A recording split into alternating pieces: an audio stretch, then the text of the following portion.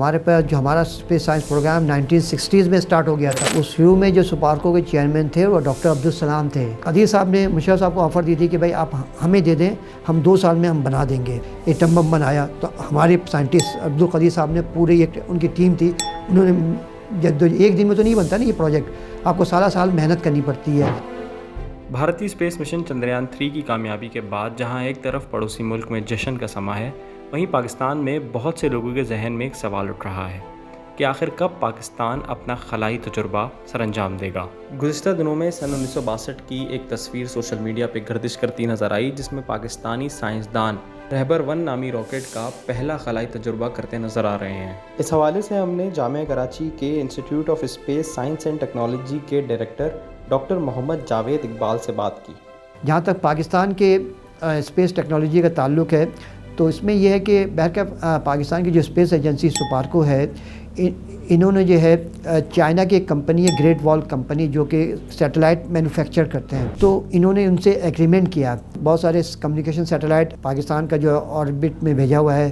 اسی طرح سے حال ہی میں 2019 میں ہم نے جو ہے چائنیز کمپنی چائنا کی مدد سے ریموٹ سینسنگ سیٹلائٹ جو ہے، یہ بھی بہت ضروری ہوتا ہے، کیونکہ آج کل ایک تو یہ ہوتا ہے کہ جیسے کوئی سیلاب آتا ہے یا کوئی بھی زلزلہ آتا ہے تو اس کو مانیٹر کرنا ہوتا ہے۔ زیادہ آج سے پہلے جب 2007 میں یا 6 میں جو زلزلہ آیا تو ہمیں کئی دن تو لگ گئے تھے کہ زلزلہ کن علاقے میں آیا ہے، لیکن جب آپ کے ریموٹ سینسنگ سیٹلائٹ کا امیج ہوگا تو آپ معلوم کر سکتے ہیں کہ کہاں پر ڈیزاسٹر ہوا ہے۔ تو بہت اس کے علاوہ آپ ایگریکلچر پرپز کے لیے بھی اس کو یوز کرتے ہیں، اس کے علاوہ اس کو ڈیفینس پرپز کے لیے بھی یوز کیا ہے۔ تو پاکستان کا اسپیس مشن تو چل رہا ہے، لیکن مسئلہ یہ ہے کہ یہ ہمارا اپنا اسپیس مشن نہیں کہہ سکتے، یہ ہم چائنا کی مدد سے کر رہے ہیں۔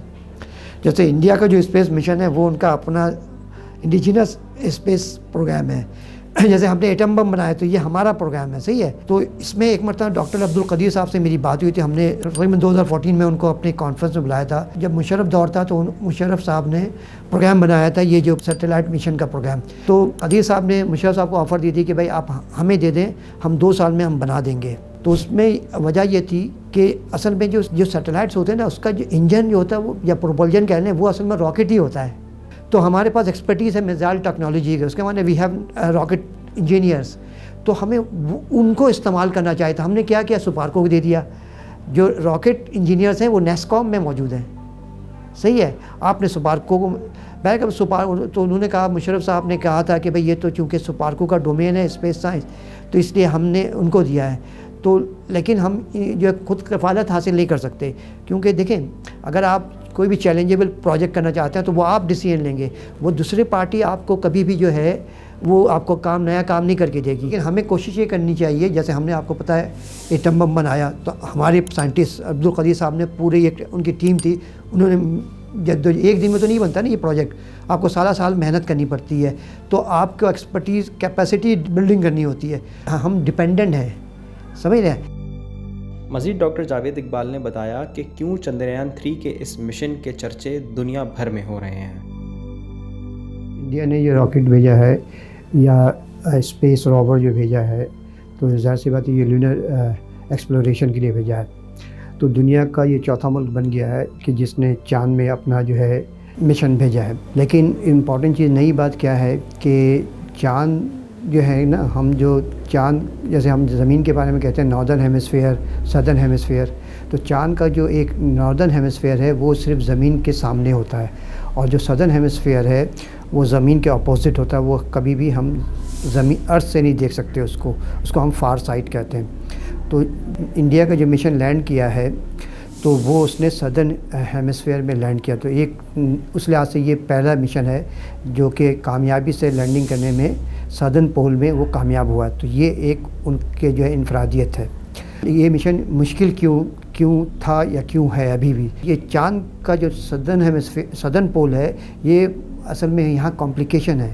پہلا کمپلیکیشن تو یہ ہے چونکہ یہ فار اوے ہے ارتھ سے، تو اس کا کمیونیکیشن میں بھی پرابلم ہوتا ہے۔ دوسرا یہ کہ اس کے جو سرفیس میں کریٹر بہت ہے، گڑھے پڑے ہوئے ہیں، تو اگر آپ جیسے جو لینڈر ہے کسی گڑھے میں جاتا ہے، چونکہ ایک دم جب آپ لینڈ کرتے ہیں نا تو وہ اس کو موو کرنا ہوتا ہے، تو اب موو کرنے کے لیے ہموار جگہ چاہیے. تو ایک تو یہ وجہ تھی کہ کریٹر ہونے کی وجہ سے بہت ہی مشکل اس کو مانا جاتا ہے کہ اس مشن کو لینڈ کرنا، چونکہ اس میں کہیں پہ گڑھا ہے، کہیں پہ یہ یعنی کہ اسموتھ نہیں ہے. تو ماس ڈسٹریبیوشن جو ہے اس سدرن پول پہ جو ہے وہ چونکہ یونیفارم نہیں ہے تو اس کی گریوٹی بھی چینج ہو رہی ہوتی ہے. تو اس سے اس کی جو آربیٹر جو ہوتا ہے، جو اس کا پاتھ ہوتا ہے، اس کو اسٹیبلٹی اس میں نہیں رہتی ہے.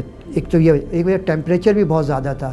یہ جو وکرم لینڈر ہے یہ 15 دن تک جو ہے گراؤنڈ اسٹیشن سے اس کا کمیونیکیشن ہوگا، وہاں سے اس میں اسپیکٹرومیٹر لگا ہوا ہے تو وہ مختلف امیجز لے گا. امیجز جیسے آنا بھی شروع ہو گئے ہیں. تو اب ہمارے پاس یعنی کہ بالکل سرفیس پہ رہتے ہوئے ساؤتھ پول کا جو ہے ہمارے پاس امیج آئے گا، تو وہ ظاہر سی بات ہے وہ زیادہ انفارمیشن ہمیں بتائے گا. پھر امپورٹنٹ چیز یہ ہے کہ وہاں جیسے ہم نے آپ سے کہا کہتے ہیں کہ واٹر آئس موجود ہے، فروزن آئس موجود ہے. اس کے علاوہ یہ جو انویسٹیگیشن کریں گے تو اس میں یہ دیکھیں گے کہ وہاں پہ منرلس کس طرح کے موجود ہیں. تو وہ منرلز آپ کو پتہ ہے ریسورسز ہیں. تو ایک اسپیس ایکسپلوریشن کا ایک تو مقصد ہوتا ہے کہ سائنٹیفک مقصد ہوتا ہے. دوسرا یہ ہوتا ہے جیسے مارس میں بھی لوگ جو بھیج رہے ہیں تو اس میں مقصد ہوتا ہے کہ جس علاقے میں جاتے ہیں تو وہاں پر منرلز کا پتہ کرنا. فیوچر پلاننگ میں یہ ہے کہ ہم کیا منرلز کو یہاں پر لے کے آ سکتے ہیں کہ نہیں آ سکتے ہیں.